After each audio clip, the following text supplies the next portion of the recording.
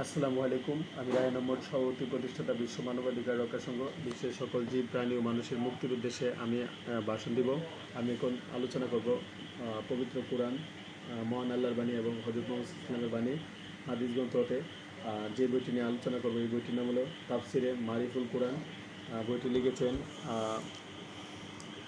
একটি তাফসির গ্রন্থ কোরআন শরীফের। বইটি লিখেছেন আল্লামা মুফতি মোহাম্মদ শফি রহমতুল্লাহ আলাই। জন্মগ্রহণ করেছেন পাকিস্তানে এবং উনি জগৎ বিখ্যাত একজন তাফসিরকারক। তাফসিরে মারিফুল কোরআন এ যুগের কোরআন চর্চাকারীদের জন্য একটি নিয়ামত বিশেষ। উর্দু ভাষায় এই অনুপম তাফসির গ্রন্থটি ইতিমধ্যে প্রাচ্য ও পাশ্চাত্যের বিভিন্ন অনুদিত হয়ে পবিত্র কোরআনের রস আস্বাদন পিপাসু বিভিন্ন ভাষাভাষীর জনগণের জ্ঞান তৃষ্ণা নিবারণে সহায়তা করেছে।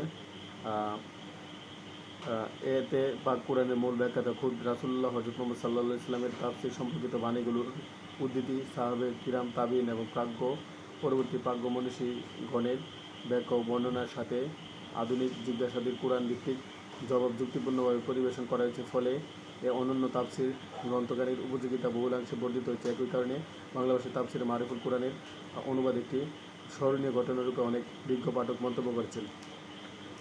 সূরা আহজাবের 50 নম্বর আয়াত।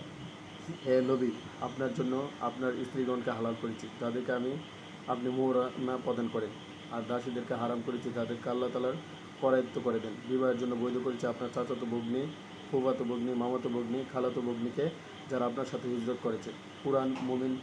কোনো মুমিন নারী যদি নিজেকে নবীর কাছে সমর্পণ